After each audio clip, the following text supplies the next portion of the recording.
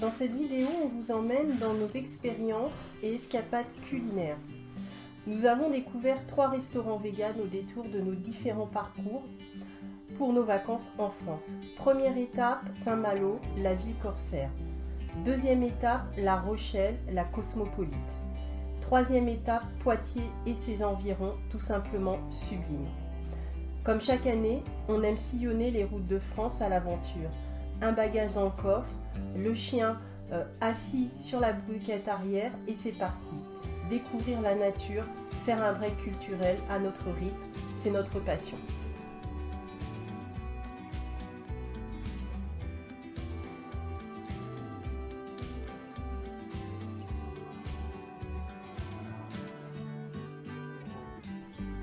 L'échappée bretonne. Après 6 mois dans la grisaille parisienne, on a forcément envie d'air frais, d'entendre le bruit des vagues, s'éblouir avec le reflet du soleil sur la mer.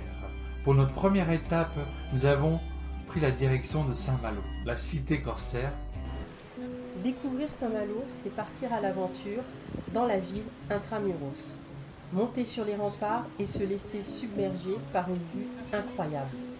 Et la nuit tombée, on va se restaurer dans le seul restaurant vegan de la ville, l'Anadata.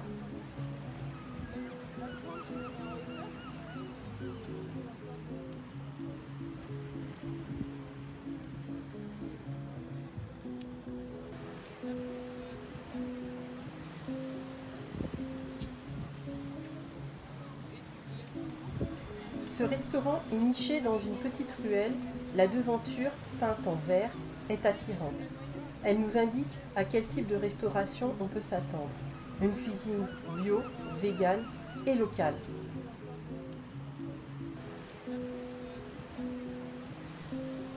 Les plats sont magnifiquement présentés, mais l'attente est trop longue. 2h30 pour une entrée, plat, dessert, c'est insoutenable. Rapport qualité-prix, médiocre, trop cher. Pas pour toutes les bourses, on était déçus. La Rochelle, deuxième escapade au bord de la mer, dans une ville sublime, qui est un endroit où l'on a l'avantage de cumuler les plaisirs, visite, détente. Ce port est formidable, nous adorons son côté rock'n'roll. Pour commencer, on a visité le vieux port, pour ensuite se perdre dans les ruelles du centre historique. Notre coup de cœur, vegan. Ah ouais, on était contents. Hein.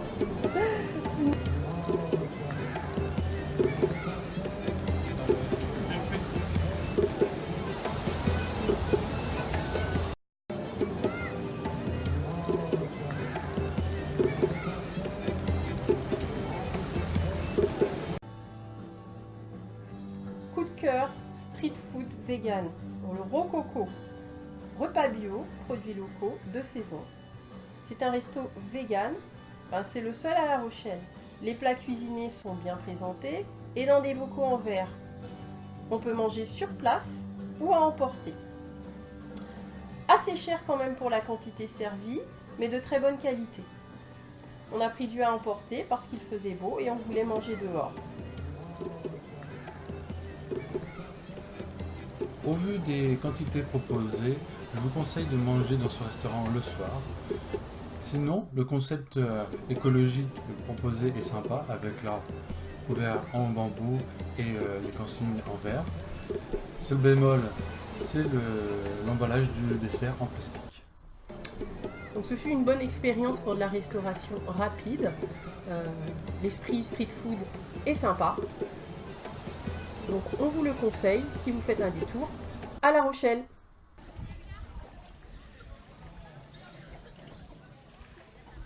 Ouais, c'est très beau. C'est magnifique. Hein.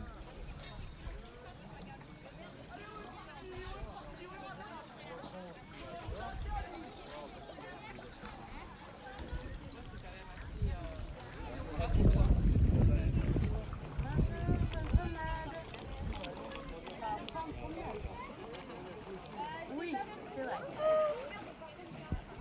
Donc, comme vous pouvez le voir, notre balade va bientôt toucher à sa fin. J'espère que vous avez passé une agréable balade avec nous.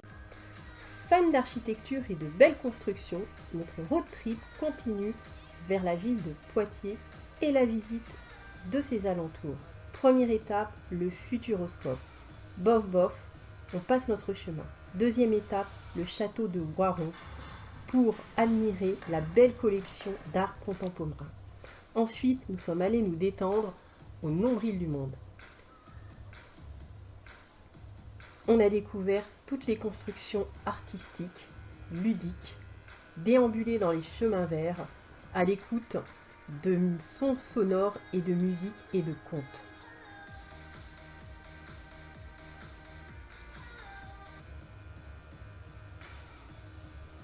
Puis nous nous sommes arrêtés au petit port de Coulon, dans le Marais Poitevin. Ensuite, nous avons visité la cité médiévale de Chauvigny. On est parti à la trace de l'histoire de France. Ensuite, nous avons randonné au Puy d'Enfer. Sur notre parcours, nous n'avons pas découvert de restaurant vegan, donc nous avons décidé de pique-niquer. Nous nous sommes arrêtés dans un magasin de produits fermiers. Tous les produits proposés étaient locaux, bio, tout simplement succulents. Amazing. Arrêt à Poitiers, une ville d'art et d'histoire et de la gastronomie. On en a profité pour flâner dans les ruelles, admirer l'architecture des belles bâtisses.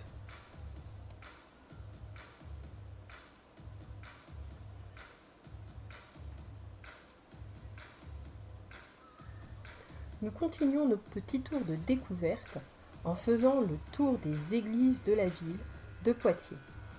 Nous sommes restés à l'extérieur car on avait avec nous notre chien.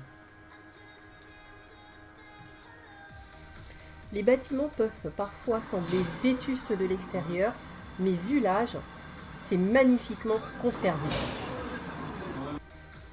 Encore du street art et des églises toujours. Bref, vous l'avez compris, Poitiers est une ville qui ravira les passionnés d'histoire.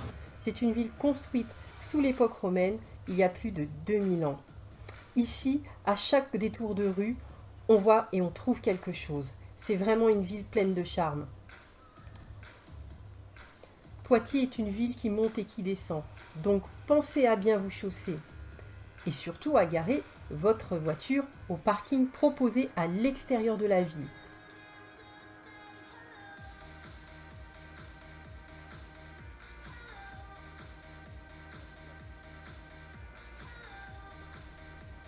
Et là c'est moi après avoir payé une amende.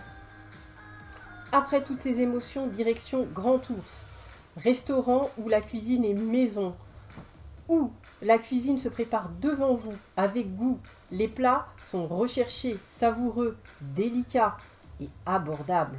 Les menus évoluent au fil des saisons, c'est ce qui était marqué sur la carte. Les produits utilisés sont bio, locaux. On a tout aimé, de l'entrée au dessert. Les quantités sont raisonnables, on ne sort pas de cet endroit en ayant faim. C'est vraiment le meilleur restaurant vegan que nous avons fait cet été. Donc si vous passez un jour par Poitiers, allez manger chez Grand Ours. Pas de chichi, ambiance bistrot vegan, on mange assis au comptoir, carte minimaliste, mais plats succulents et goûteux. Sur place, on est attablé coude à coude avec des locaux, des touristes curieux, côte à côte. C'est ouvert uniquement le midi, expérience qui vaut le détour.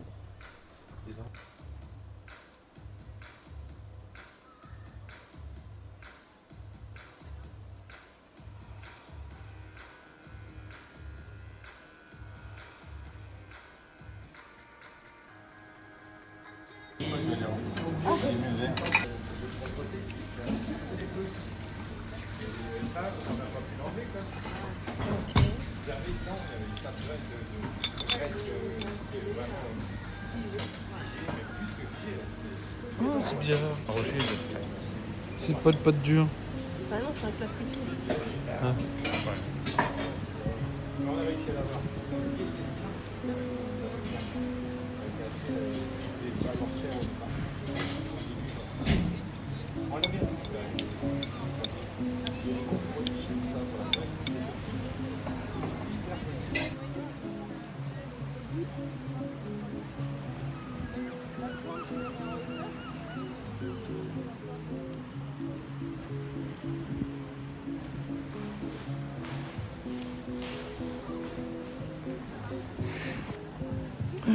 Qu'est-ce qui se passe?